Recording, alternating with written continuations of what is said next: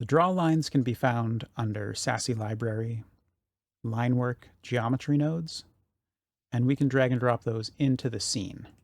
So you can draw them on your object, you can draw them on a scene, wherever you would like them to be. So I'm just going to get these points and I'm going to delete them, and I'm going to enable the pen tool. It's in surface mode, so I'm going to draw something on Suzanne here. So I'm going to draw a little scar. Neat. I'll draw, maybe she's got some Rick and Morty eyeballs. We'll draw that.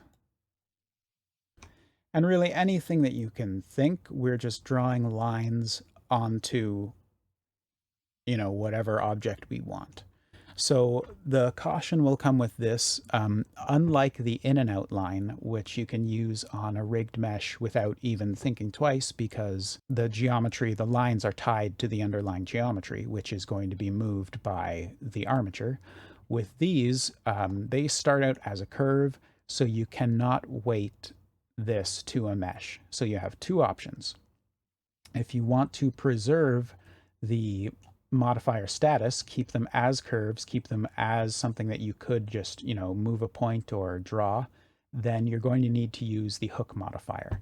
So you're going to need to go in, select a point, and then hook that to a bone on your object.